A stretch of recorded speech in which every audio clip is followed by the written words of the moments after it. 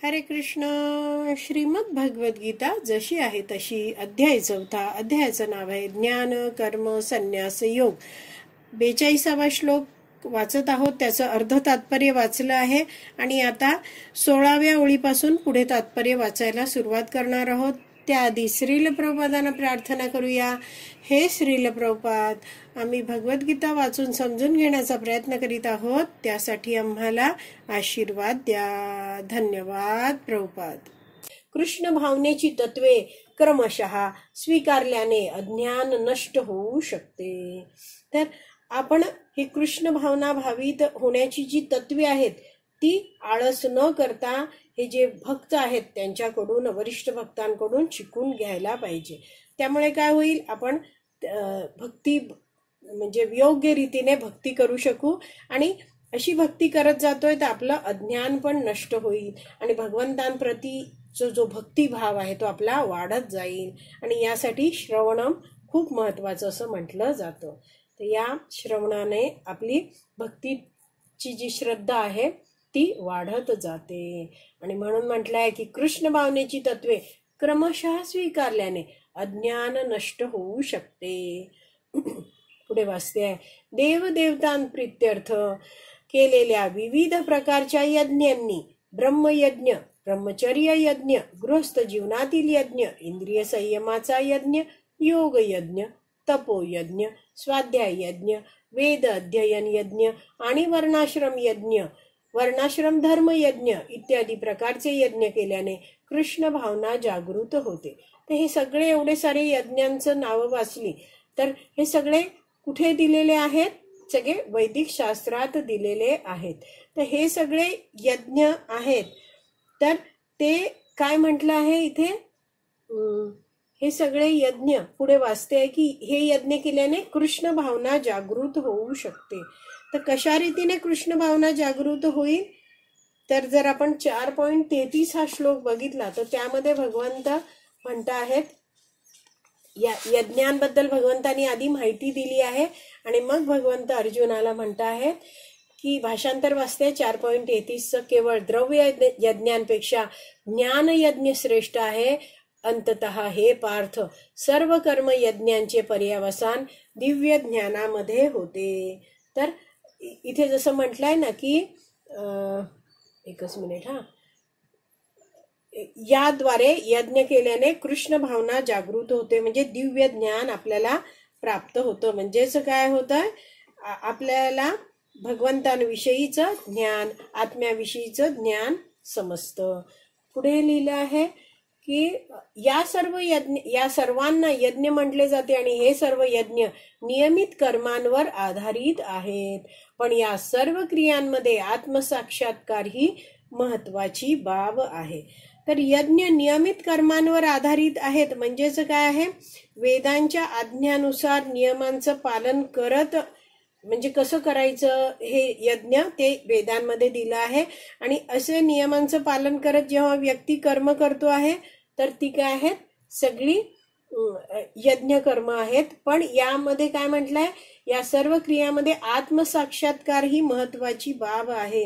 म्हणजे ध्येय काय, मनुष्याचा उद्देश काय असलं पाहिजे, यज्ञ करताना मला आत्मसाक्षात्कार प्राप्त व्हायचं आहे, मला आत्म्याचं ज्ञान, भगवंतांचं ज्ञान जाणून घ्यायचं आहे. हे ध्येय यज्ञ करण्यामागे असलं पाहिजे.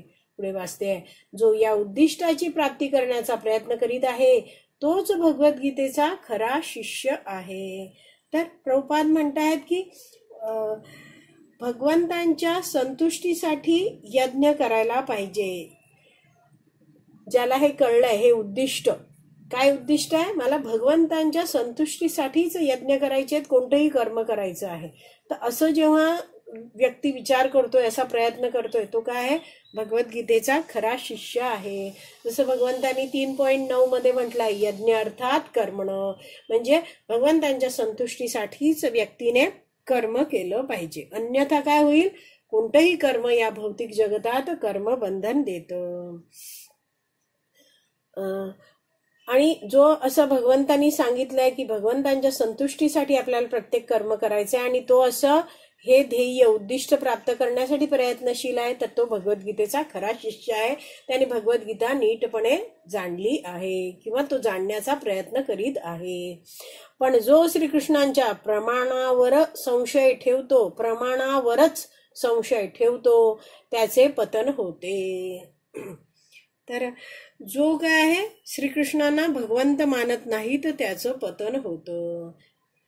तर आणि जो व्यक्ती जाणतोय की श्रीकृष्ण हे पूर्ण पुरुषोत्तम भगवंत आहेत, तर भगवंतच हे सर्व श्रेष्ठ आहेत, भगवंत जे काही सांगतायत ते सत्य आहे आणि भगवंत सगळ्यांचेच कल्याण करणारे आहेत.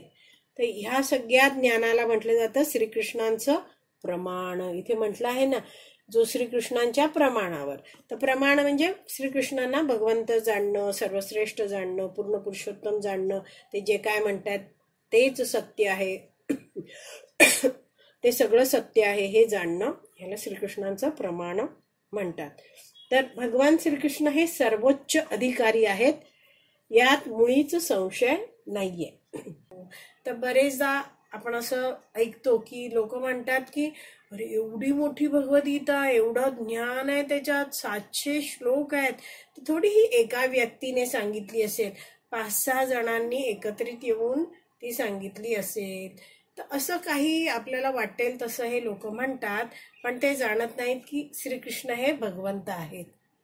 तर असे जे श्रीकृष्णांच्या प्रमाणावर संशय ठेवतात त्या व्यक्तींचं सगळ्यांचं पतन होतं. तर पुढे प्रभुपाद तात्पर्यात समजवतात ते वाचूया. म्हणून मनुष्याला प्रमाणित गुरुच्या मार्गदर्शनाखाली शरण जाण्याचा आणि सेवाभावाने भगवद्गीता किंवा इतर कोणत्याही शास्त्राचे अध्ययन करण्याचा सल्ला दिला जातो. तर ह्यासाठी म्हणजे काही मनात काही संशय असतील तर ते सगळे संशय नष्ट होण्यासाठी मनुष्याने काय करावं, प्रमाणित गुरु आहेत त्यांचं मार्गदर्शन घ्यावं. तर हे प्रमाणित गुरु म्हणजेच कोण आहेत, त्यांना मराठीत अधिकृत म्हणतात, इंग्रजीत त्यांना ऑथेंटिक, बोनाफाईड असेही शब्द वापरले जातात. तर असे हे जे गुरु आहेत ते स्वतः कसे आहेत, त्यांनी स्वतःच्या आध्यात्मिक गुरूंकडून सगळं भगवंतांविषयीचं ज्ञान घेतलं आहे आणि ते भगवान श्रीकृष्णांची भक्ती करतायत आणि भक्तीचाच प्रचार करत आहेत. जसं आपण या 4.34 मध्ये वाचलं, भगवान श्रीकृष्ण अर्जुनाला काय म्हटले, तद्विधी प्रणिपातेन, तू आध्यात्मिक गुरूंकडे जाऊन मार्गदर्शन घे असं सांगितलं. कशा रीतीने जा, कसे नम्र प्रश्न विचार, त्यांची सेवा कर, शरणागत हो, हे सगळं सांगितलं. तर असे जे आध्यात्मिक गुरु आहेत ते योग्यरित्या मार्गदर्शन देतात आणि त्यांना जेव्हा गुरूंच्या मार्गदर्शनाखाली शरण जाण्याचा, तर व्यक्ती काय करतो, गुरूंना शरणागत होतो आणि गुरु शिकवतात की भगवान श्रीकृष्णांना कसं शरणागत व्हायचं आहे ते. आणि हा जो व्यक्ती आहे तो गुरूंची सेवा करतो आणि गुरूंच्या मार्गदर्शनाने भगवान श्रीकृष्णांची सेवा करायला लागतो. तर हे सगळं ज्ञान गुरु देतात भगवद्गीता किंवा इतर वैदिक शास्त्रातलं. आणि मग हा जो शिष्य आहे तो गुरूंकडून मार्गदर्शन घेऊन श्रवण करतो आहे, शिकतो आहे आणि स्वतःही अध्ययन अभ्यास करतो आहे. पुढे वाचते आहे, प्रमाणित आध्यात्मिक गुरु शाश्वत कालापासून चालत येणाऱ्या गुरु शिष्य परंपरेतील असतो आणि भगवंतांनी लाखो वर्षांपूर्वी जे ज्ञान सूर्यदेवाला प्रदान केले त्या ज्ञान मार्गापासून आध्यात्मिक गुरु मुळीच भ्रष्ट होत नाही. तर श्रील प्रभुपाद इथे आपल्याला समजावत आहेत की हा जो प्रमाणित आध्यात्मिक गुरु ज्याच्याबद्दल आधी चर्चा केली की त्यांच्याकडे जा आणि तत्व जाणून घे, तर हा कसा आहे, शाश्वत काळापासून जी चालत येणारी गुरु शिष्य परंपरा आहे त्यातील तो आहे. म्हणजे अधिकृत गुरु शिष्य परंपरेतील तो गुरु आहे, आध्यात्मिक गुरु आहे. तर असे आध्यात्मिक गुरु आहेत ते स्वतः जाणतात की मी कोण आहे, मी जीवात्मा आहे, मी भगवंतांचा नित्य दास आहे, भगवान श्रीकृष्ण हे आपल्या सगळ्यांचेच स्वामी आहेत. आणि म्हणून असे गुरु आपलं प्रत्येक कार्य भगवंतांना संतुष्ट करण्यासाठीच करत असतात. आणि असे गुरु आहेत ते भगवान श्रीकृष्णांनी जी भगवद्गीता दिली आहे जशी आहे तशी, ती तशीच्या तशी ते इतरांना शिकवतात. त्यात आपल्या विचारांची काही भेसळ करत नाहीत, आपली मतं काही त्यात घालत नाहीत. म्हणून म्हटलंय की हे जे आध्यात्मिक गुरु आहेत ते शाश्वत काळापासून जी गुरु शिष्य परंपरेतले आहेत. आणि दुसरं, भगवंतांनी लाखो वर्षापूर्वी जे ज्ञान सूर्यदेवाला प्रदान केलं. कोणतं ज्ञान प्रदान केलं? आपण 4थ्या अध्यायाच्या अगदी पहिल्याच श्लोकात भगवान श्रीकृष्णांनी अर्जुनाला सांगितलंय, ते वाचलं की भगवंत म्हटले की मी प्रथम हे ज्ञान तुला जे देतोय ते ज्ञान सूर्यदेव विवस्वानाला दिलं होतं. तर हेच ज्ञान आहे ते गुरु शिष्य परंपरेने पुढे येत आहे. तर त्या ज्ञान मार्गापासून आध्यात्मिक गुरु मुळीच भ्रष्ट होत नाहीत. तर भगवान श्रीकृष्णाने हे जे भगवद्गीतेचं ज्ञान दिलेलं आहे ते कशासाठी दिलंय? सगळ्या जीवांच्या कल्याणासाठी दिलेलं आहे. तर अधिकृत आध्यात्मिक गुरु आहेत ते ज्ञान पुढच्या पिढीला देत जातात. आणि आपण तर हे स्वतः गुरु आहेत ते काय करतात? आपल्या स्वतःच्या गुरूंकडून सगळं शिकून पुढे सांगता आहेत. तर जसं आपण आता ही जे तात्पर्य वाचतोय श्रील प्रभुपादांनी लिहिलेलं, तर प्रभुपादांनी स्वतःची मतं या तात्पर्यात घातलेली नाही आहेत. तर प्रभुपादांच्या आधी जे पूर्व आचार्य होते त्यांना म्हटलं जातं पूर्ववर्ती आचार्य. म्हणजे जी अधिकृत गुरु शिष्य परंपरा आली आहे त्याचं आपण इथे जर भगवद्गीतेचा पहिला अध्याय सुरू होतो त्याच्या आधी जर तुम्ही पाहिलं असेल डाव्या हाताच्या पानावर, माझ्याकडे तरी ते 28वं पान आहे आणि 29व्या पानावर पहिला अध्याय सुरू होतो आहे. तर 28व्या पानावर ही गुरु शिष्य परंपरा आहे ती भगवान श्रीकृष्णांपासून सुरू झालेली आहे. भगवान श्रीकृष्णांनी ब्रह्माजींना ज्ञान दिलं, ब्रह्माजींनी नारद मुनींना ज्ञान दिलं, नारद मुनींनी व्यासदेवांना ज्ञान दिलं, असं ही ऋषी परंपरा इथे दिलेली आहे. तर त्यातलं 32वं नाव जे आहे ते अभय चरणारविंद भक्तिवेदांत स्वामी प्रभुपाद, ज्यांनी हे भगवद्गीतेचं तात्पर्य लिहिलं आहे ते वाचतोय. तर ते प्रभुपादांचं नाव आहे. आणि प्रभुपादांच्या आधी जे हे आचार्य दिसत आहेत तर ते सगळे आचार्य आहेत त्यांनी भगवद्गीतेचं हे ज्ञान जो अभ्यास केलेला आहे आणि त्यांनी संस्कृतमध्ये ह्याच्यावर टीका लिहिलेली आहे. टीका लिहिणं म्हणजे तात्पर्य लिहिणं. तर प्रभुपादांनी असे विविध आचार्य आहेत त्यांची तात्पर्यांचा अभ्यास केला आहे संस्कृतमधले लिहिलेल्या. अनेक वैदिक ग्रंथ, उपनिषद, पुराण ह्याचा अभ्यास केला आहे. आणि प्रभुपादांनी हे जे तात्पर्य आहे या श्लोकांवरचं सार रूपात आपल्या पुढे दिलेलं आहे. तर ध्येय काय आहे की सगळ्यांचं कल्याण व्हावं. म्हणजे भगवंतांचं जो ध्येय आहे की हे भगवद्गीता मला सगळ्या जनतेसाठी सगळ्यांसाठी उपलब्ध करून द्यायचं आहे. तर तेच ध्येय हे जे अधिकृत गुरु शिष्य परंपरेतील जे गुरु आहेत ते सगळ्यांना भगवंतांबद्दल भगवद्गीतेबद्दल ज्ञान देत आहेत. आणि म्हणून म्हटलंय की त्या ज्ञान मार्गापासून आध्यात्मिक गुरु मुळीच भ्रष्ट होत नाही.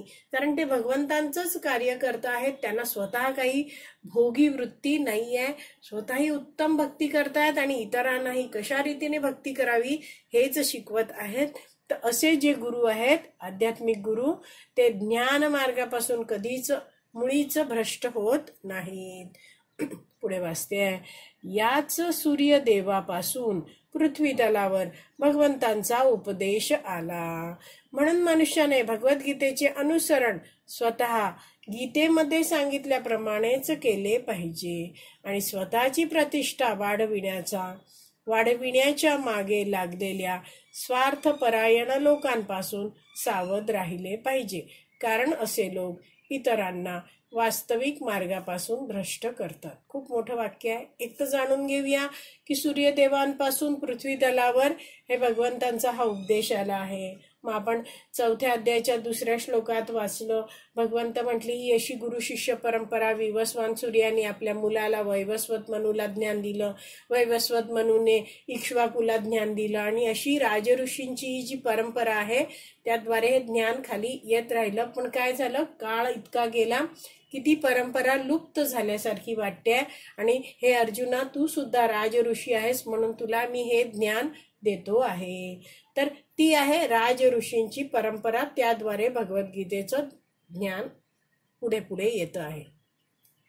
आणखीन जी आता आपण वाचलं पान नंबर 28 वर, म्हणजे भगवद्गीतेचा पहिला अध्याय सुरू होतो त्याच्या आधीचं पान, तर त्यामध्ये दिली आहे भगवान श्रीकृष्णांनी ज्ञान दिलंय ब्रह्माजींना, ब्रह्माजींनी नारद मुनींना, नारदांनी व्यासदेवांना.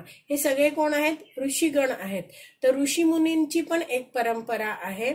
तर या ऋषी मुनींकडून ज्ञान हे आपल्याला इथे प्राप्त होत आहे. आपण हे भगवद्गीतेवर जे तात्पर्य वाचतोय ते श्रील प्रभुपादांनी लिहिलेलं आहे, जे आपण 32व्या आकड्याला प्रभुपादांचं नाव बघितलं. तर तेवढंच आपल्याला कळलं. तर पुढे म्हटलंय की मनुष्याने भगवद्गीतेचे अनुसरण स्वतः गीतेमध्ये सांगितल्याप्रमाणेच केले पाहिजे.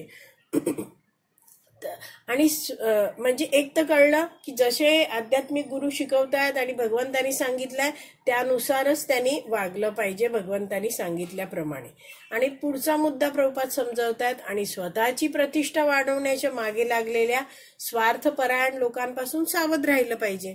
म्हणजे काय तर स्वतःची प्रतिष्ठा वाढवण्याच्या मागे लागलेले जे स्वार्थपरायण लोक असतात ते काय करतात, स्वार्थी वृत्तीचे आहेत. आपल्या मनाला वाटेल तसं ते वैदिक शास्त्रावर बोलत असतात, विचार मांडत असतात. ह्या लोकांनी कधीच अधिकृत गुरु शिष्य परंपरा आहे त्याचा आश्रय घेतलेला नसतो, अधिकृत गुरूंचं मार्गदर्शन घेतलेलं नसतं, कधी त्यांच्याकडून श्रवणही केलेलं नसतं, कधी भगवंतांची भक्ती पण केलेली नसते आणि आध्यात्मिक ज्ञानात ते प्रगत पण नसतात. तर एक मराठीत म्हण आहे ना, आडात नाही तर पोहऱ्यात कुठून येणार. तर असे हे जे अर्धवट लोक आहेत ज्यांना काही नीट ज्ञान नाहीये पण ते काय करतायत, आपण मोठे विद्वान आहेत असं दाखवून भगवद्गीतेवर प्रवचन करतायत, स्वतःची मतं मांडतायत, भगवद्गीता हे ग्रंथावर नाव लिहून त्या श्लोकांना आपल्याला वाटेल ते अर्थ लावून हे ग्रंथ विकतायत आणि प्रवचन करतायत. आणि त्यामुळे काय होतंय, जे ऐकणारे आहेत, जे वाचणारे आहेत ते भ्रमित होतात, भगवंतांपासून ते दूर जातात. खरं जो मार्ग आहे आध्यात्मिक मार्ग, भगवंतांना जाणण्याचा मार्ग, त्यापासूनच ते सगळे लोक आहेत ते भ्रष्ट होतात. पुढे वाचते आहे, कारण असे लोक इतरांना वास्तविक मार्गापासून भ्रष्ट करतात. तर हे असं भ्रष्ट लोक का होतात याबद्दलही समजावलं जातं की अनेक लोक आहेत त्यांना सतत काहीतरी नवीन हवं असतं. काय नवीन आलंय बाजारात, आणखीन काय असं म्हणत असतात. आणि ही जे अयोग्य लोक आहेत ज्यांना नीट ज्ञान नाहीये पण ते आपले काल्पनिक विचार मतं अशी मांडतात, प्रवचनात सांगतात. आणि हे जे लोक आहेत ते ऐकतात आणि त्यांना माहितीच नाही की कोण योग्य आहे कोण अयोग्य व्यक्ती आहे. आस्था चॅनललाही लोक काय करतात, बटन दाबतात टीव्हीचं आणि कोणीही बोलतो आहे तर ते बोलतोय म्हणजे आस्था चॅनल आहे म्हणजे सगळं खरं आहे असं लोकांना वाटतं आणि ते सगळं ज्ञान ते स्वीकारायला सुरुवात करतात.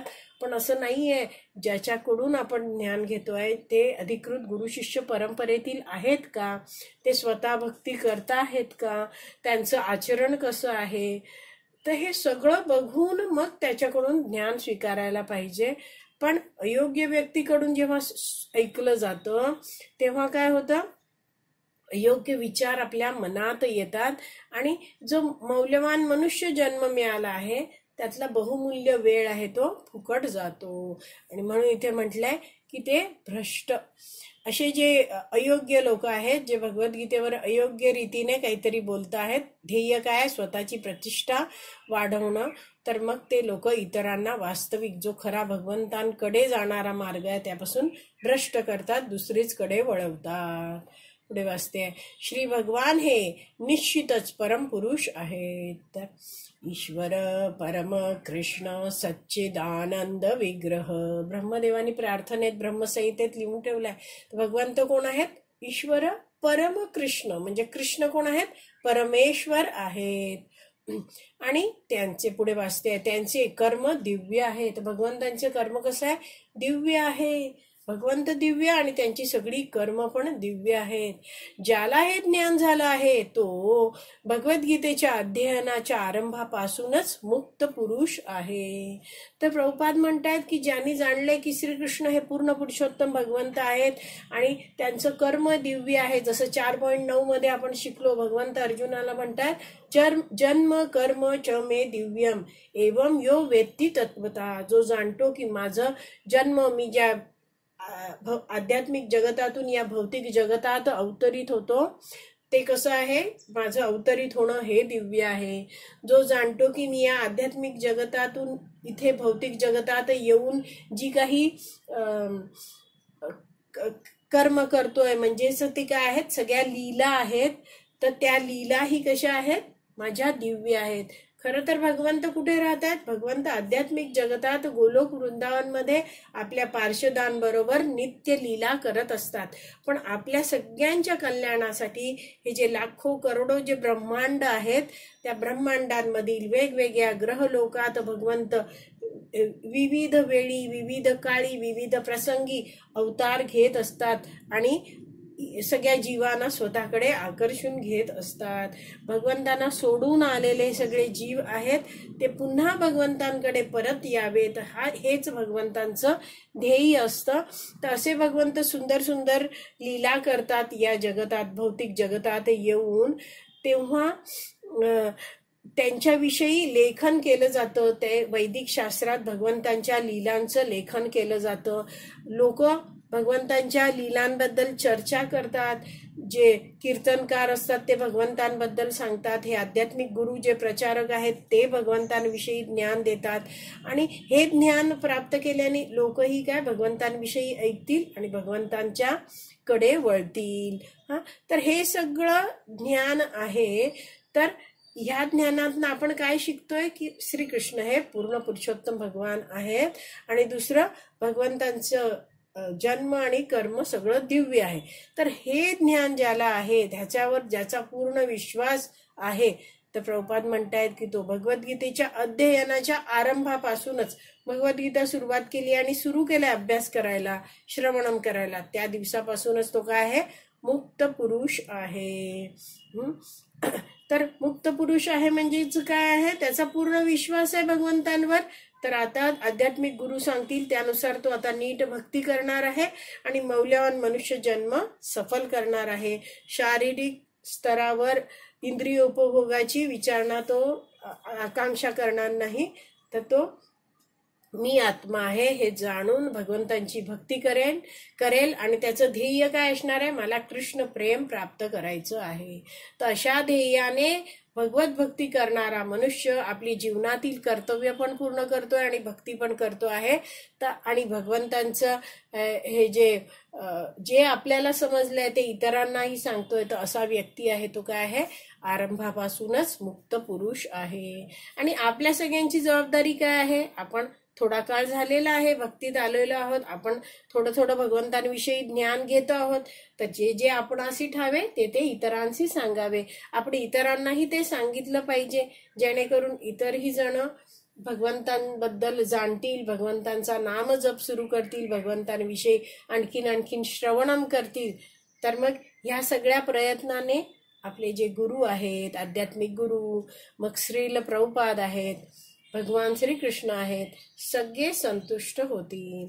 आणि जितके आपण इतरांना हे ज्ञान वाटू तितकंच आपली पण भक्ती प्रगती होत जाणार आहे. तर आपला हा 42व्या श्लोकाचं तात्पर्य पूर्ण झालं आहे. पुढे वाचते आहे. या प्रकारे भगवद्गीतेच्या ज्ञान कर्म संन्यास योग या 4थ्या अध्यायावरील भक्तिवेदांत भाष्य संपन्न. श्रीमद् भगवद गीता की जय. श्रील प्रभुपाद की जय. हरि बोल.